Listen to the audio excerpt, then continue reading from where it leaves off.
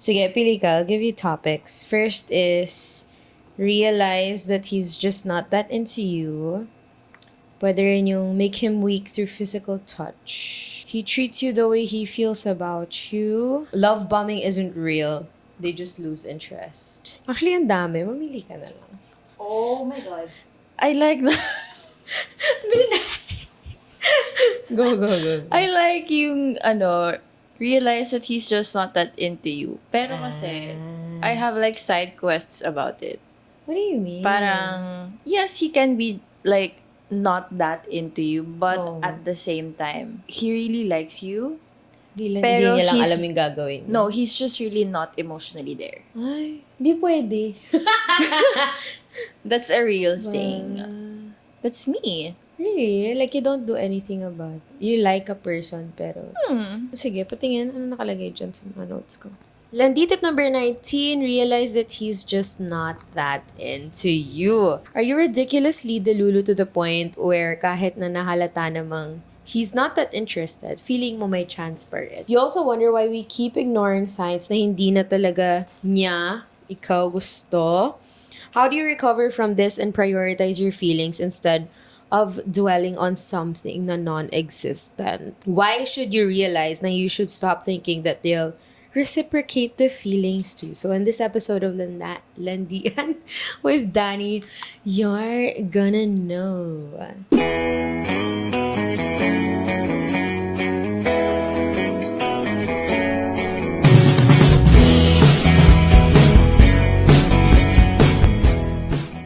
Hey there, my pretty butterflies. I'm Dani, and welcome to the Landian with Dani podcast. As you can see, iba yung setting natin because I'm not at home.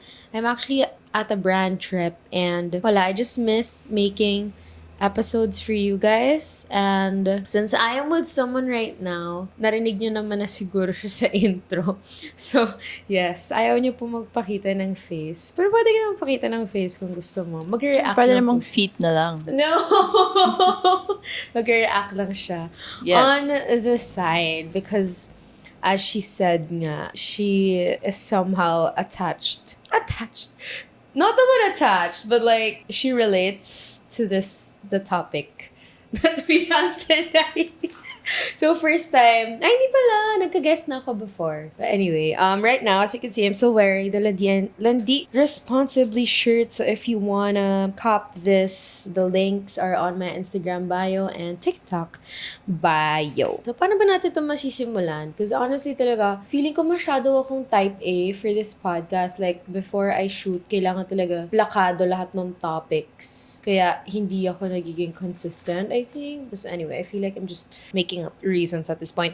But, the topic is, realize that he's just not into you. Na, isip ko tong topic na to because I made a TikTok recently and I said there na the way he treats you is how he feels about you. Because sometimes, diba, or like most of the time, kapag may crush tayo, kahit naman halatang hindi nila tayo crush, pagpipilitan natin sa utak natin, na gusto nila tayo, to the point na yung pagiging dalulo natin, it's not that healthy anymore. Kasi, alam mo yung instead of like using ways to preserve your feelings, preserve yourself, magiging dalulo ka na lang hanggang sa masaktan ka. Which is unhealthy, if you ask me. Tapos, ano bang point natin? See, I can't process this properly. Kapag wala akong bullet points. Ano ba? What is my experience with this? Realize that he's just not that into you. Before kasi, I had this experience with this guy, most especially during the pandemic. Parang 2 years kaming situationship. Tapos, he would just flirt with me kapag single siya. Kilala mo to? Period. he would just flirt with me kapag single siya. And, hindi kasi yung friends ko rin kasi minsan niloloko ko na, feeling ko kasi kayo yung may chance kayo together. Yung isa naming friend. So, parang, yung pagkadalulo ko, medyo kumakapit doon na, what if nga may chance kami? So, yung kakaisip ko ng what if na yun, tas hindi, parang, Inamin ko ba sa kanya? Inamin ko sa kanya eh. Nagsulat pa nga ako ng Inamin letter. niya po sa kanya. Inamin ko sa kanya. Nagsulat pa ako ng letter. I feel like magkakasama tayong apat nun. Tapos hindi ako like, yung utak ko talaga, parang we had a meeting for like something business related. She was crying.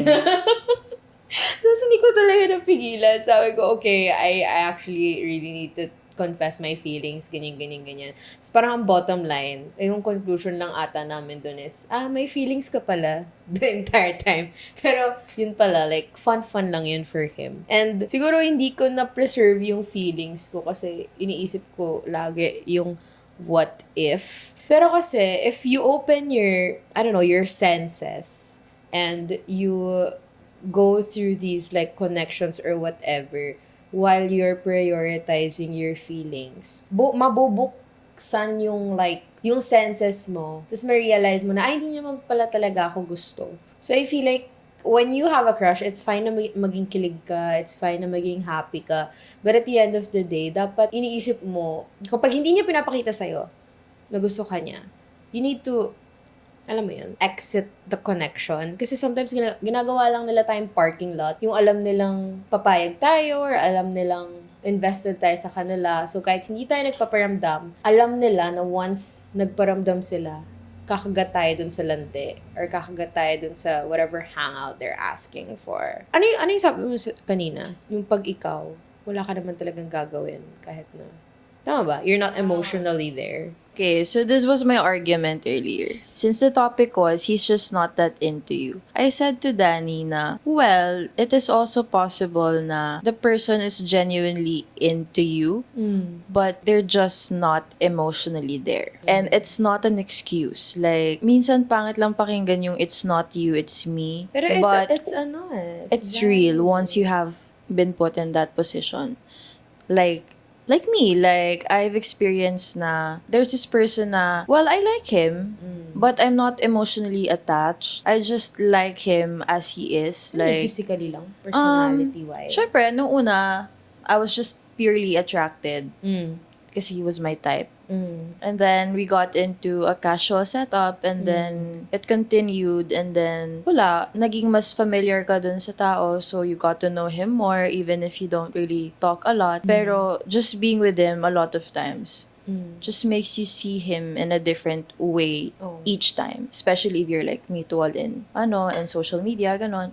And I like him the way he is. I'm flexible in the setup in a sense na I'm not compartmentalizing him as purely casual. If anything happens along the way, then I'm open. But what I mean is like, I will not overextend myself just to be in a relationship with this person despite liking him genuinely. So parang kahit pa paano may barrier ka pa dun with your feelings. Yes, parang it has to be two-way. Parang it would only work out if merong... Pero hinihintay mo siyang magpaliwa? Hindi ko siya hinihintay. Parang it's more of if it naturally goes there, then I'm fine with it. Pero I will never overextend myself. Yes. Hindi ka mo first move? No. Not because I don't like him that much. Parang the likeness is there. Likeness. The likability. Likability. Basta the interest. Yes, the interest is there more than physical. But I'm just not emotionally in a place wherein itataya ko yung sarili ko just to have a relationship. Gets. Pero kasi, I feel like, since this is like the topic na he's not that into you, I believe kasi na kapag lalaki, gusto ka niya, may gagawin talaga yan siya. Kasi sometimes, okay, sige, crush ka ng guy physically. Pero, paano kapag, hindi feel ko talaga kahit sobrang torpe, may gagawin siya para ligawan ka. Like, kung seryoso siya. Kasi parang yung topic dito is, he's not that into you. He can be into you, but not that into you. To pursue you. Kasi parang pag guys talaga, feeling ko, gagawa ng paraan para... I think, siguro, that's still possible. But, I think the other side of the coin is also possible. Like the The taxi cab theory. The ano? Taxi cab theory. Have you guys heard about this? Yun. Nakita ko lang to sa TikTok. Oh. Yung taxi cab theory is basically, I will give a celebrity name na lang para Okay. easier. Okay. For example, si Ryan Reynolds, tama ba? Yung husband ni Blake. Yeah. Parang he was in a long-term relationship with a different girl. Okay. And then they broke up and then he met Blake. Uh-huh. Shortly after, parang wala pa ata silang 1 year, they got Pakasal married. na sila. So parang the taxi cab theory in men just says na they will never pursue anything if they're not ready for it. It's never about the girl. It's just them and where they are in their phase in life. Oh, So actually. it can be either siguro, 'di ba, na parang they're just really not there or they don't like you as much. Yeah. I mean, feel ko at the end of the day, it would depend on how you view things na lang. Siguro kung masasaktan ka pag tinanggap mo, pag inisip mo na hindi niya naman talaga ako gusto. Kung masasaktan ka lang, edi isipin mo na taxi cab theory na lang. Hindi lang talaga siya emotionally or like very ready to pursue the connection. Period. Pero kasi ano yung mga signs? Sige, for you, ano yung mga signs na napapansin mo in a guy para masabi mo na he's just not that into you? Oh my God, I'm not the right person for this. I would never know. Really? Kasi all my relationships are like casual. So like, how would I know? God. I don't know. Guys, the takeaway of this podcast is don't date, just fuck. Uy! No, I don't teach you Okay. that, guys. Siya yun Pa-edit out na lang kung sinong editor. Pwede namang hindi edit out yun. It's just hindi ko yung tinuturo sa inyo. Siya yun, yung boses na yan, sino man yan. Or from ano, this feet. from the feet. I feel like, sige, ano pa bang scenario? Yung parang tipong he would always ask you to hang out. Pero he wouldn't plan or he wouldn't want to take you out on a serious date. Serious date meaning dinner out, ha? Dinner out, nasusunduin ka niya. Sometimes, he even gives you flowers. Parang some girls kasi, they gaslight themselves na parang, we keep on going on dates. Pero yung dates yung puro cafe lang. Like, So, a always cafe date is For me, not real date. For me, it's applicable kapag date zero. Yung parang you're just testing the waters. Okay. Hindi mo pa sure kung pupursue mo siya. Okay lang yung cafe date. Kasi kape lang naman yan. Pero kung gusto mo Na-kickstart talagang... na. Oo. Pero kapag, kunyari, okay yung conversation nyo during that date zero. The second date, kapag siseryosohin ka na niya, super ma-appreciate ko yun for a guy if he wants to pursue me. Pag sasabihin niya, okay, I'm gonna take you out to dinner. Like, wear something nice. Ganon. It doesn't have to be mahal na restaurant. Okay, wait. This just came into my mind. Oh. Is it the guy or... The girl. Yes, kasi Magbibigay parang... ng signal. No, like for example, if he takes you out on like quote-unquote real dates, like planned dates, Oh. is it because he likes you? Like really likes you? Or because he's just that type of person? Pwede naman kasi yun din. When it comes to Right. dates. Like, merong iba't ibang scenario. But at the end of the day, pag parang laging, alam mo yung parang laging coffee date. Okay, Tapos gets. nagiging marami na kayong personal topics na napag-uusapan, nagiging deep na yung relationship, nag-uusap kayo araw-araw. Tapos biglang, kasi may ganito ko experience yung yung kay, Oh, what? hindi kami nag-date, but like we kept on hanging out. Tapos parang Gets. na-mention ko sa kanya na, parang pa-joke nga lang yun kasi parang medyo joking lang. Joking lang yung, parang super casual lang din yung connection namin. Nung nag-joke ako, sabi ko, so when are you gonna take me out on a date? Sabi niya, whoa, why are we going there? Parang ako, so parang yun, that's one indication that he's not that into you. He may like hanging out with you, pero kung ikaw naiisip mo na gusto mo serious relationship, you should know when to atras. Kasi hindi naman tayo lahat katulad niya na kayang i-control yung emotions niya. Kasi Okay. ako pag na-fall ako, na-fall talaga ako Yeah, actually, that's right. Parang people should be able to tell the difference of a hangout and a date. Oo. For me, personally, it's not a date unless it's stated na it's a date. Actually. So, yeah. if they don't tell me na, hey, can we go out on a date? Yeah. Until it's those words, Oo. I take it as a hangout. Gets. And like kanina, I ask if it's just the guy, like him as a person, or the girl. Kasi I had this experience. I dated a guy, and then our very first date, parang we just met like 2-3 days pa lang. Tapos, inaya niya ako on a date. And then, the date was like, planned talaga from start to end. Ay, may itinerary. Yes, may itinerary. Wow. Siya And gumawa? like, siya gumawa. Wow. And then, parang, okay, so the date, this is the date, guys. After lunch kami nag-start, we went to the gym. Tapos nag-gym kami together. Smaxy. And then, after that, we went to dinner. And then, after the dinner, we went to his car. Then, dun lang kami nag-chit-chat all the way. Nothing happened. It was just really pure conversations, guys. Okay. Please don't get your minds dirty. It was just that. So, yun naman, parang I just took it na that's the way he is when he dates a person, not because he's so interested in me. Protect mo sa feelings mo na. Inuunahan mo na. First No, date kasi pa lang. parang at the same time, it just doesn't make sense. Parang, as much as I would want to be so delulu na parang, oh my God, maybe he likes me so much. It's not possible kasi we just met. Yes. And parang we were talking about it na sinabi ko din yung preference ko in terms of dating na parang when you take me out on a date, it has to be like planned. Like, don't make me think na parang... Wow, sinabi mo yun? Oh, sinabi ko yun. Wow. Kasi ayoko talagang She has a different side of like, her. I don't wanna go out on a date na parang, okay, so where do you wanna eat? Yeah. Yung doon Mag-take niya out na palang lang tayo, tatanungin. diba? Bembang na. Oh my God, children. If you don't know what that means, huwag nyo na alam. Let's not go further na. Like if you can't make a date, period. Tuldukan mo na. Well, parang, Stop it. Parang that's the start eh. Parang, if you can't plan out a date properly, how else can you plan the rest in the, like, Relationship. Yeah. Or like, even if it's not a relationship, but like, kung ano man tawag sa inyo. Gets Ganon. So, it was just him as a person. Yeah.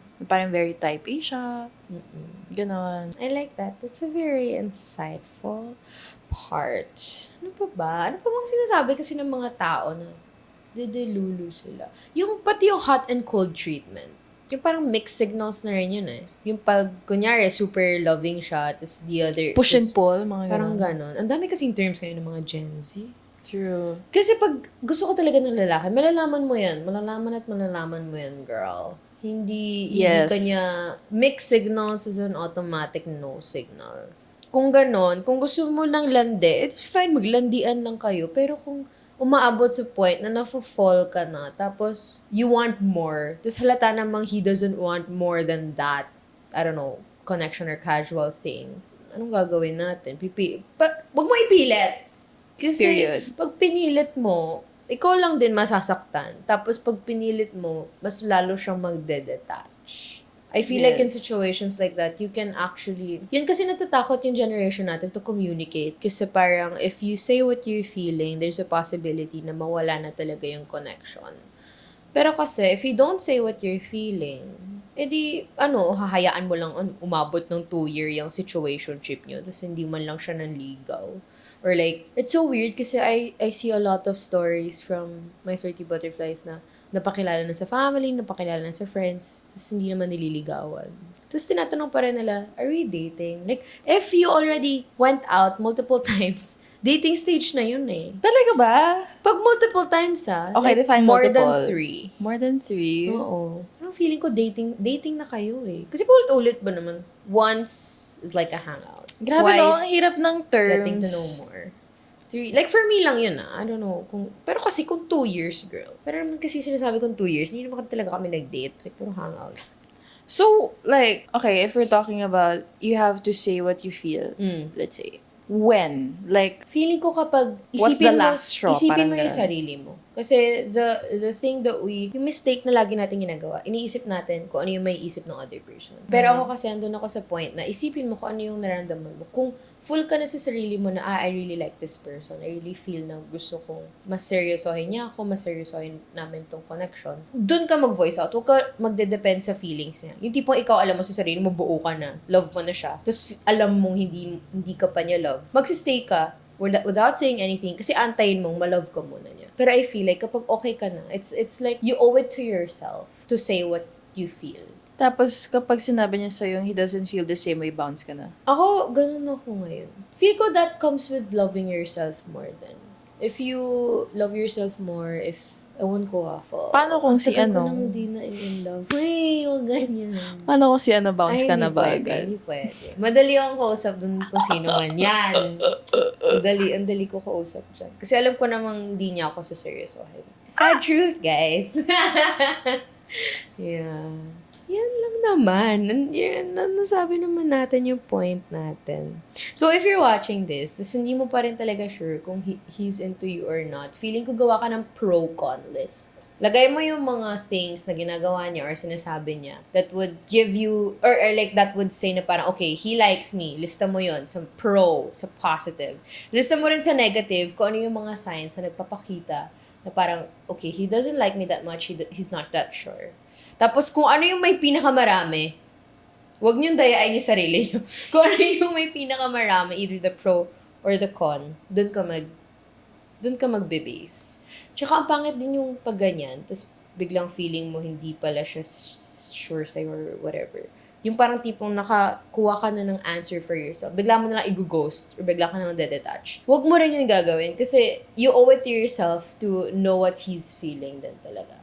Yung sinasabi kong 2-year guy, whatever, I literally wrote a back-to-back letter. Oh my God, may ipis. Huh? Oh my God, it flies! But yeah, yun. Nag-write ako sa kanya ng letter, back-to-back. Tapos nalaman ko rin kung ano yung nafe-feel niya. So at the end of the day, meron akong secure, like closed siya sa akin. Kaya nagawa ko rin mag-move on. Yun lang naman. Sorry, I have to cut this episode short because mamamatay na yung aking camera. But yeah, if you have any realizations, feel free to comment it below. Either if you're watching on Spotify or YouTube. If you're watching on Spotify, don't forget to leave a 5-star rating. If you're watching on YouTube, don't forget to subscribe, like, comment.